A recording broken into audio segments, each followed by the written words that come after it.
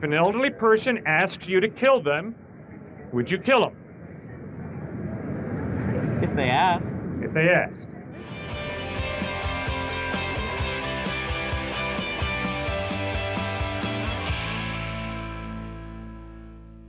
So rather than have you here telling us what God is, why couldn't God be here telling us what he is? I do not know Okay. why God has chosen to reveal himself by becoming a human being in Jesus 2,000 years ago. I don't know why God does what he does. I can promise you, sir, I am not God's consultant. God does not consult me before he chooses to do something. So I don't know why God does what he does. I love that answer. I absolutely love that answer. Thank you. You bet.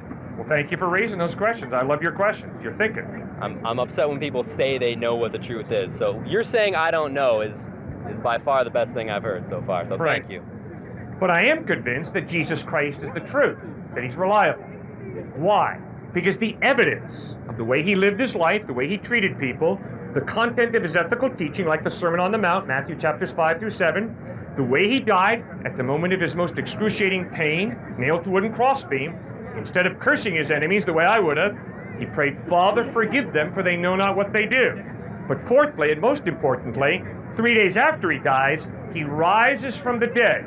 And over a period of 40 days, he appears to over 500 people who see him risen from the dead. That historical evidence points to Christ being reliable, credible, trustworthy. That's why you should put your faith in him. Does that make any sense? It depends if you believe on miracles or not. So Yeah. definitely not for me. Okay. That's why I want to So see the what I've heard miracles. you say is sex with good-looking women, drinking beer, enjoying George Carlin, and trying to be a nice guy. That's the purpose of life. And the evidence supports that more than the evidence supports Christ. I didn't say it was truth. I'm just.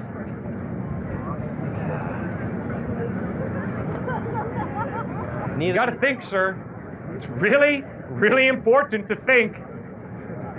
You got to ask yourself, why am I living for whatever I'm living for? And what's the evidence that what I'm living for is true? I live in one of the wealthiest areas in the world, Fairfield County, Connecticut. And what's really sad is to watch a human being conclude, my faith should be in money. Is there evidence that money is the purpose of life? Did I say that? Are you putting? No, it's Okay, not you. It's okay. the people I live among. I don't have faith in anything, so I don't Yes, you have. do. I don't have material faith. You have faith. Well, I have faith my car doesn't explode when I turn it on, but Now, you're living for something, sir. I don't know what it is, but you wouldn't be dressed the way you are. You wouldn't be articulating as clearly as you are. wearing snakes on a plane. You wouldn't be a student here at this fine university if you weren't motivated. Something's driving you. Now, what is it? What are you living for? What's driving you? Sex, beer, and George Carlin, right? Okay, so your faith is in sex, beer, and George Carlin. In other words, stimulate your nerve endings. Experience physical pleasure. So you're a hedonist. Lots of hedonists in America, in the world. But what's the evidence that the ultimate purpose in life is to stimulate your nerve endings? I mean, is that really what life is all about? Why does there have to be purpose? Because if you don't have purpose, you commit suicide. I'm still alive, and I don't have purpose. Yes, you do have purpose, and I think we're understanding pretty clearly what your purpose is. Those points are clearly insincere, so Well, then sincerely tell me, what are you living for? I don't know, just like you don't know. Well, sir, you better start thinking and ask yourself the deeper I'm question. thinking, but I'm not drawing conclusions. That's the difference. Yeah, but in reality, you are living for something. You're a motivated guy. Something's driving you. I don't know what. You got to answer that question for yourself. I can't answer it for you, obviously. But you're not an accident. You're not here by accident, sir. You didn't just show up here one day and the University of Arizona said, wow, you can matriculate here. We think you're neat. You're pretty motivated. I was born on accident. Life is here on accident. You really think that? Yep. Then why is a human being valuable for all accidents?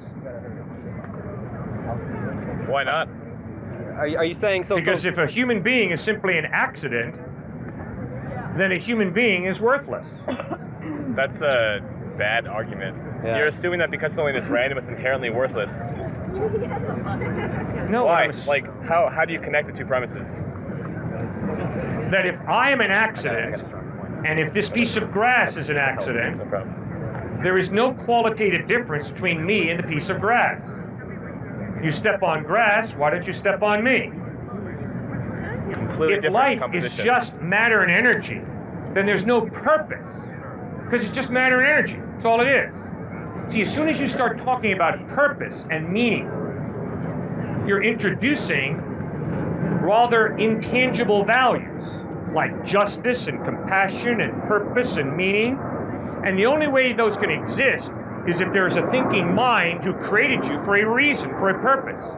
If you're just here by accident, there's no value that you have. You make your own value. Fine. So if I say I am the greatest, you're I right. am the greatest. There's no objective value. I'm an atheist. Yeah. There is absolutely no objective value or morality. It's entirely personal. I agree with you. I agree with you. Good. So I find myself valuable, obviously, more so than a piece of grass. Right. Because of my evolutionary instincts. Yeah. Because of my brain, the way it evolved to be the way it is. Right. I care about humanity. Great. And maybe it's random, maybe it's not scientific, but I still do it. Okay. But if what you say is true, then if you choose to do the opposite of whatever you choose to do, you have to acknowledge that's just as valid. Sure, yeah, I do. Exactly. So, today, I can take out my wallet and I can give the guy money to go get lunch. Or I can kick him in the jaw. And there's no difference One would be hilarious. from your perspective, Yeah. not from his perspective. Probably not, no. Okay. Which is, do you see the meaninglessness of life? If what you say is true. If there is no God, and we're both just accidents, I can choose to feed him dinner, or I can choose to kick him in the jaw and break his jaw. And it really doesn't matter, it's just my choice. It is. But you have instinctive evolutionary values ingrained into your mind, which would prevent you from doing that. I don't want to kick him in the face because I evolved to want to be nice to other people. It's evolutionarily ideal to benefit others. Do you see why? No, why? So if I benefit other people and I'm nice to them in a tribal setting, it'll help me reproduce my own genes. That's why we have these instincts to be nice to other people, which is why I'd much rather give them food than kick them in the face. Okay. So even if it's meaningless, why does it matter if you still have the instinct and to do good?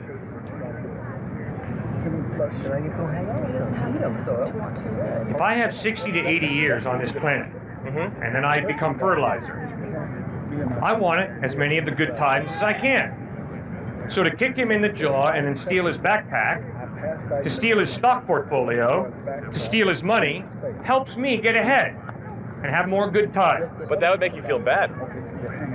Even though I want my life to be as awesome as possible, because I'm just going to die and become fertilizer, as you say, I want to feel good. And kicking people in the face will not make me feel good. It'll make me feel bad because of my evolutionary instincts. Which is why I wouldn't do it. It would actually make me feel better to be alive and help him. How strong are those feelings of yours? Pretty strong. I mean, how do you measure emotion? Good. Well, if those intangible feelings are so strong and so real, then don't you think you should ask the question, are they real? Or are they just a biological drive? Couldn't they be both? Okay, fine. But there's at least part of them that's not a biological drive. How so? Because they're a feeling that you cannot scientifically prove. You can't analyze it in a test tube. Maybe in the future we could. You can analyze brain patterns. You can analyze brain patterns. You can look at a brain, look at its chemical composition, and tell if that brain is happy, sad, frustrated, or whatever. There's a correlating chemical composition to every emotion in your brain. So how is it not purely biological? There's an intangible value of love and justice that you have grabbed onto when you say, if I were to kick him in the jaw, I would feel bad. Why is that intangible value of justice, compassion, so meaningful to you, so important to you, so real, in light of the fact that it's intangible? Well, because of my evolutionary instincts, once again. I've been programmed to feel that kicking people in the face randomly is a bad thing. Okay. Then if I kick him in the jaw and tell you that that's what my biological instinct is, I would say you probably have bad genes, or that there's something like you probably have some sort of disorder. where do you get off telling me that your genes are good and mine are bad? Well, I guess, I don't really, it's not up to me. I never asked to be born, that's the thing. whatever helps you survive, there you go. Well, I can promise you, ripping people off helps me survive. If you were in a tribal setting, if you were... I can promise you, I got a lot of acquaintances who rip other people off and they survive very, very well. But in a tribal setting, if I was living with a bunch of people and I just ripped off everyone in my tribe, I'd probably get kicked out or killed. So it's not ideal or beneficial to me at all. Yeah, stupid people get caught when they steal. Smart people don't get caught. No, it's purely selfish. No, I'll be honest. I'll be first to Thank say, you. No, listen. I don't want to steal because I don't want people to steal from me. If I start stealing and I set the precedent that it's okay, people will start stealing from me. And it's much more beneficial to have everyone just not steal from each other. It's purely selfish, but something good still results from it. Okay, I'll be good. back. The lunch special's going to end, but I'll be back. All right, man. Good to see you. It's rational self-interest. All right, if any of you tell me that the reason you don't steal is because you know that society would fall apart if we all stole, I am very suspicious. I doubt very seriously that you refuse to cheat on an exam because you sit there in the class and you say, wow, if I cheat on this exam, it's not going to benefit society. But if I do this exam honestly, it'll help society. Jesus says to put our trust in him, and he won't play head games. Trust has to be earned, and so far I think he's played a pretty marvelous head game with creating nature and its concrete rules, and then defying them. What is wrong with the God who created the laws of nature, changing a law of nature and performing a miracle? What is wrong with that? That's a head game. It's a head game? If he is all-powerful, why can't he operate within the laws that he creates? Well, he usually does. Usually. God has created a world where the law of gravity works 100 times out of 100. Now, if God chooses to change that law in a specific situation, it's not a head game, it's a miracle. Another question.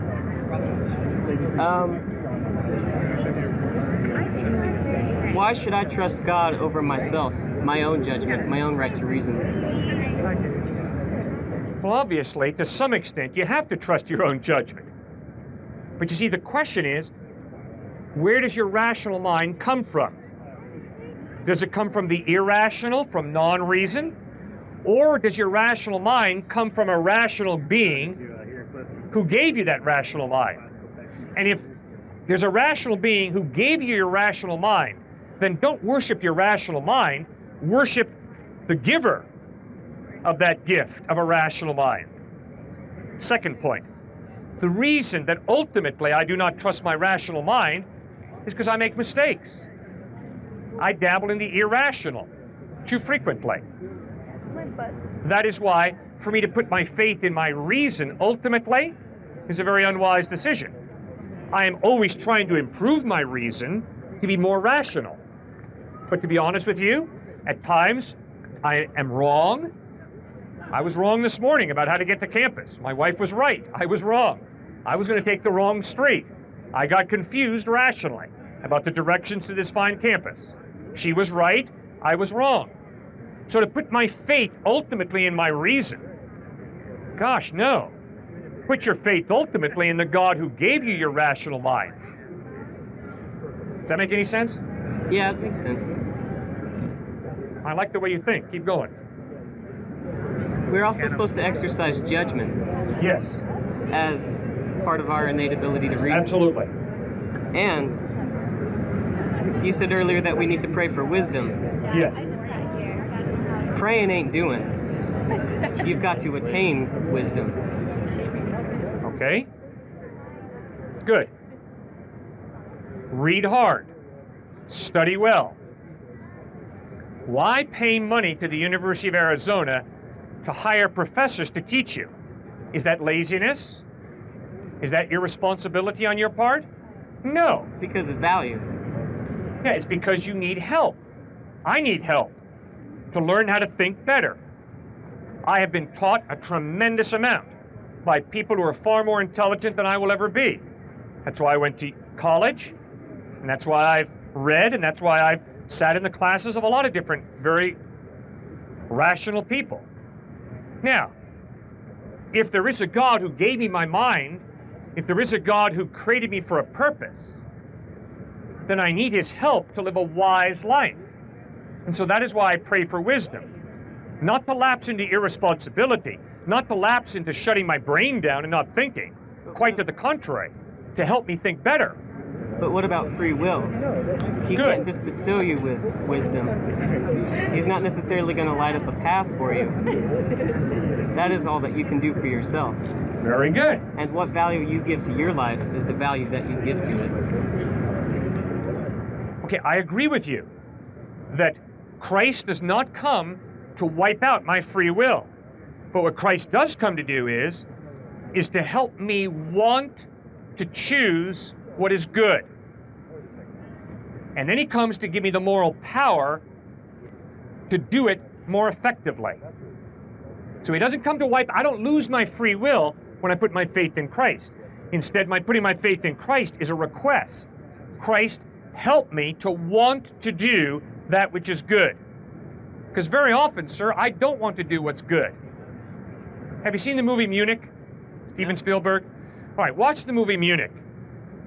It's a very sad but very realistic picture of what happened to 11 Israeli athletes in the 1972 Olympics in Munich. They were kidnapped by some Palestinians. When the attempt was made to rescue them, they were all murdered. All right, then what happens is Prime Minister Golda Meir sits with some advisors, and she says, we're going to hire killers. They're going to go under assumed names. They're going to get money under the table. And they're going to go out and they're going to kill the people we think murdered those Israeli athletes. But Golda Meir says something that's fascinating.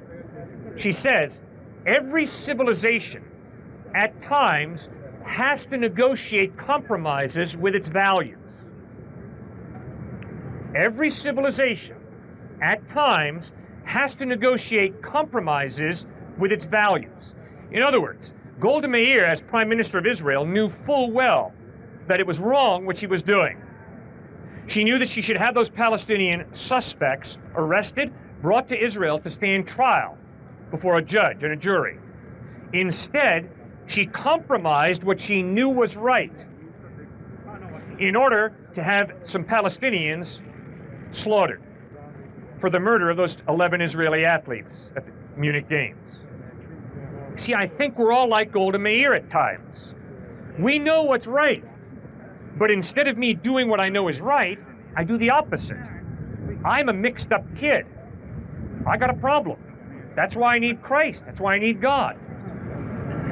Morality is a set of rules that dictate what you do, right? Or a way that you can live your life. Should. So the Ten Commandments are part of those axioms that compose your morality, right? The Ten Commandments are a reflection of God's character, which is just. And so, yes, I would argue the Ten Commandments are examples of objective morals.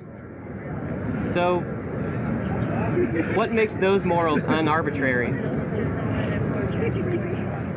Those morals come from an eternal thinking mind that is just. They came defines from a guy justice. who came down from a mountain. No, obviously, the claim of Moses is those Ten Commandments come from God. The claim Yeah. from a human. Right? Now, not only that, you have a conscience. Not only that, every Homo sapien on the planet has a conscience. And when you study anthropology, what you'll notice is how many cultures agree with the Ten Commandments. I don't know of any culture that says Murder and adultery and lying and stealing are good. Living for another doesn't necessarily have to be good also. If we're supposed to love each other and live for each other, where does my happiness come into play with that? Okay, good question.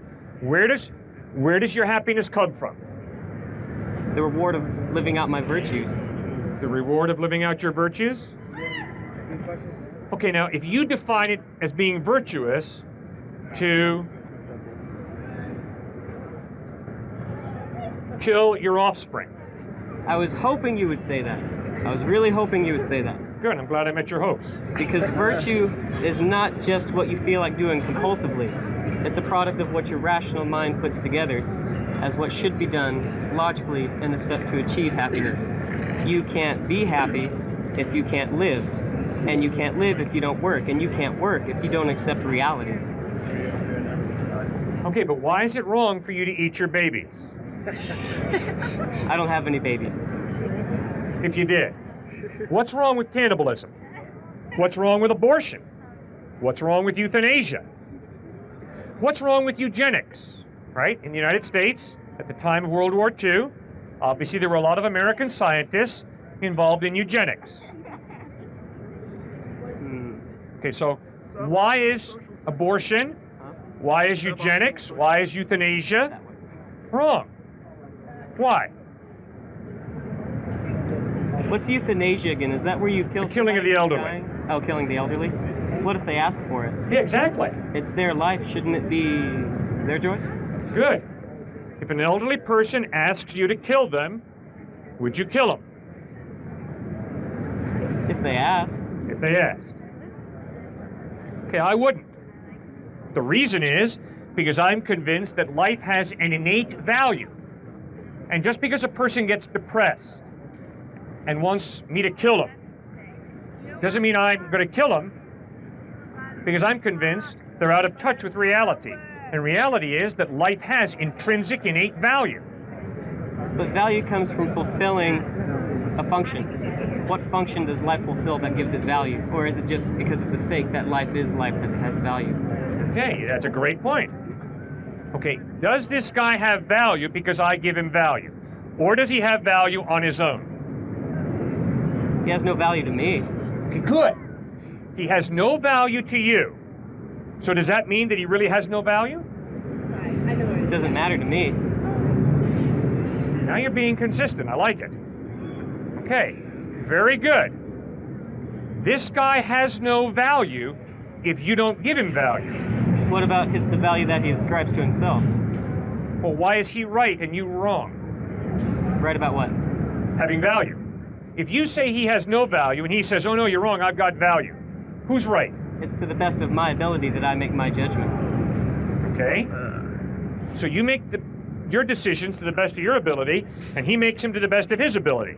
What makes him right or what makes him wrong? We can still disagree. Oh, I know we can all disagree, you bet. And we celebrate the fact that we can respectfully disagree. But what is real? In reality, does this man have intrinsic innate value?